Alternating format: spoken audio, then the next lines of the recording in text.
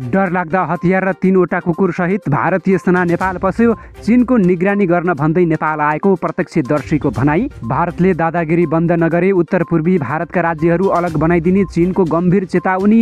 भारतलाई पर्यो आपत। चीनले सीमा मिचेको भनिएको हुम्लाको सीमा निरीक्षणमा यति धेरै रकम खर्च, तर प्रतिवेदन गायब। गौतम बुद्ध अन्तर्राष्ट्रिय विमानस्थल निर्माणको काम 98.76% सम्पन्न। परीक्षण उडान सञ्चालनको यस्तो तयारी। र उत्तर कोरियाले गर्यो हाइपरसोनिक मिसाइल परीक्षण, अमेरिकालाई लाग्यो झड्का। नमस्कार, ग्रेटर नेपाल टिभीले तयार पारेको न्युज अपडेटबाट यहाँलाई हार्दिक स्वागत छ। अब सुन्नुहोस् पुरा समाचार। भारतीय सेनाले नेपाली भूमिमा गस्ती बढाएको छ। चीनसँग सिमाना जोडिएको दार्चुलाको उत्तरी सीमामा चीनको निगरानी गर्ने भन्दै गस्ती बढाएको त्यहाँका स्थानीय बासिन्दाले बताएका छन्। 3वटा कुकुरसँगै 17 जना भारतीय सेनाले दार्चुलाको व्यास गाउँपालिकाको टिङ्कर क्षेत्रमा गस्ती बढाएको प्रत्यक्षदर्शीले बताएका छन्। भारतीय सेनाहरू दिनहुँ गस्ती गर्न नेपाल आउने तथा त्यहाँका स्थानीयलाई धम्क्याउने गरेको स्थानीयको गुनासो रहेको छ, तर सरकार भने यो विषयमा बेखबर रहेको छ। चीनले भारतले दादागिरी बन्द नगरे उत्तर पूर्वी भारतका राज्यहरू अलग बनाइदिने गम्भीर चेतावनी दिएको छ। भारतको उत्तर पूर्वी राज्यमा सिक्किम, गोर्खाल्यान्ड, अरुणाञ्चल, मेघालय, आसाम, मिजोरम, त्रिपुरा, नागाल्यान्ड, मणिपुर लगायतका राज्यहरू रहेका छन्। ती क्षेत्रका जनताले वर्षौँदेखि पृथकतावादी आन्दोलन पनि चलाइरहेका छन्। यो बीचमा चीनको विदेश मन्त्रालय अन्तर्गतको सीमा तथा समुद्र विभागको यस्तो चेतावनीले उनीहरूलाई थप बल पुग्ने देखिएको छ। नेकपा मालेका महासचिव सीपी मैनालीले मिलेनियम च्यालेन्ज कर्पोरेसन एमसिसीले नेपालमा थप वैदेशिक हस्तक्षेप भित्र्याउने दाबी गरेका छन्। संसदबाट एमसिसी पारित भए नेपालको संविधानभन्दा पनि एमसिसी माथि हुने दाबी गरेका छन्। उनले राष्ट्रघाती भएको जिकिर गर्दै एमसिसी पारित हुन नदिने बताएका छन्। नेकपा मालेले बुटवलमा आयोजना गरेको कार्यकर्ता भेलामा बोल्दै महासचिव मैनालीले एमसिसी परियोजना सहयोगमा आधारित परियोजना नभई रुस र चीनलाई ठेगान लगाउने अमेरिकाको रणनीतिक योजना मात्रै भएको जिकिर गरेका छन्। मुलुकमा राजनीतिक परिवर्तनका लागि 2007, 2046 र 2062-63 का आन्दोलनले एकातिर मुलुकमा परिवर्तन गरे पनि सँगसँगै वैदेशिक हस्तक्षेप भित्र्याएको बताएका छन्। यदि एमसिसी संसदबाट पास गरियो भने यसले थप वैदेशिक हस्तक्षेप भित्र्याउने भन्दै अहिलेको संसदीय व्यवस्था फेल भइसकेको जिकिर गरेका छन्। अब प्रत्यक्ष निर्वाचित प्रधानमन्त्री र संवैधानिक राष्ट्रपतिको व्यवस्थामा जानुपर्ने उनले बताएका छन्। काजाकिस्तानमा सरकार विरोधी प्रदर्शन अनियन्त्रित भएपछि रुसी सेना तैनात गरिएको छ।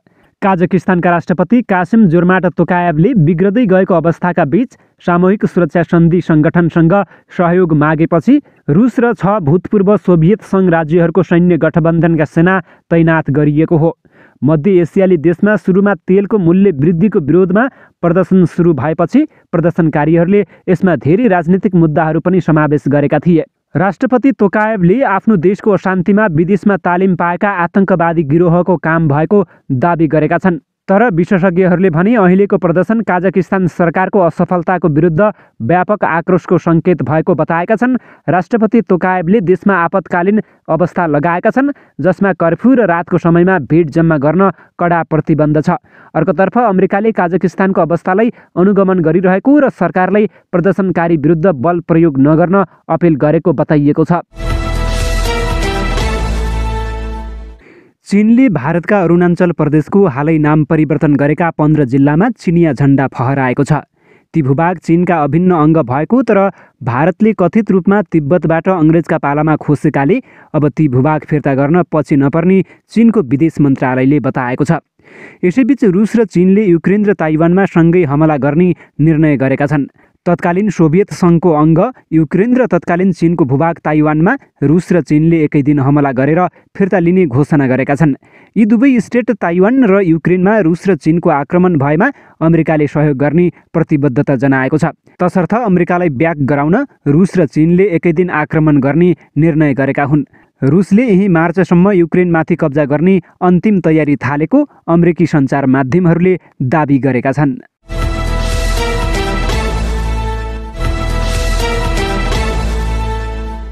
भैरहवामा निर्माणाधीन गौतम बुद्ध अन्तर्राष्ट्रिय विमानस्थलको निर्माण कार्य 98.76% सम्पन्न भएको छ। विमानस्थलमा रनवे लाइट, यान्त्रिक अवतरण प्रणाली, सञ्चार उड्डयन सहायक उपकरणहरू, ब्यागेज ह्यान्डलिङ सिस्टम, एक्सरे लगायत आवश्यक उपकरणहरू जडान भइसकेको नेपाल नागरिक उड्डयन प्राधिकरण क्यानले जनाएको छ। विमानस्थलमा चाँडै क्यालिब्रेसन फ्लाइट गरेर वैशाखदेखि उडान सुरु गर्ने लक्ष्य राखेको प्राधिकरणका महाप्रबन्धक राजकुमार छेत्रीले बताएका छन्। प्राधिकरणले यसअघि नै क्यालिब्रेसन फ्लाइट गर्न खोजे पनि विभिन्न कारणले रोकिँदै आइरहेको छ।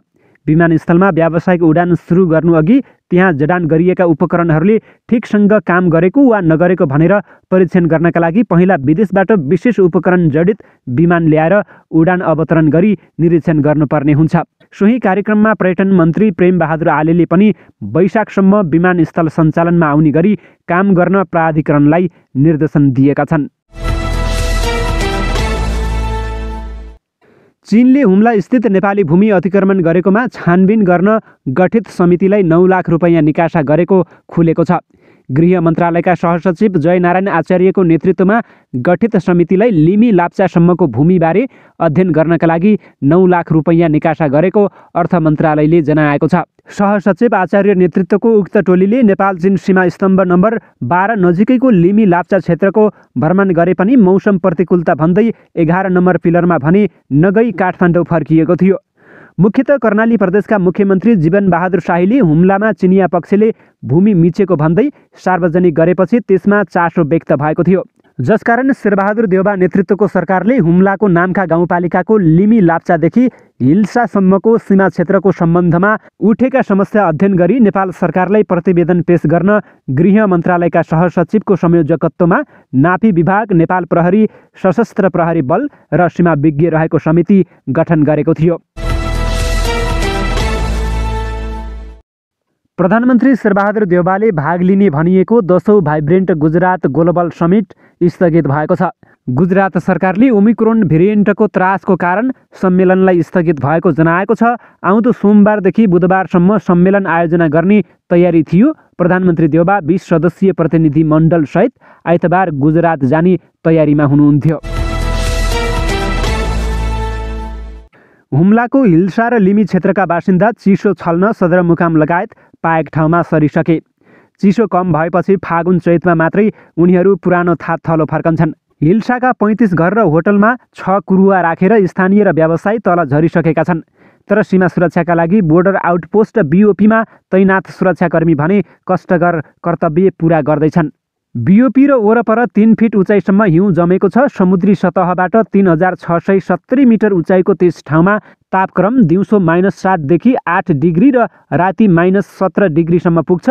घाम नलाग्दा सोलर चार्जमा समस्या हुन्छ। सरकारले चीन र भारतसँग सीमा जोडिएका उच्च हिमाली क्षेत्रका 1 दर्जनभन्दा बढी स्थानमा BOP तैनाथ गरे पनि प्रतिकूल मौसमसँग जुझ्ने र पुग्ने गरी पर्याप्त साधन स्रोत र उपकरण व्यवस्थापनमा ध्यान दिएको छैन।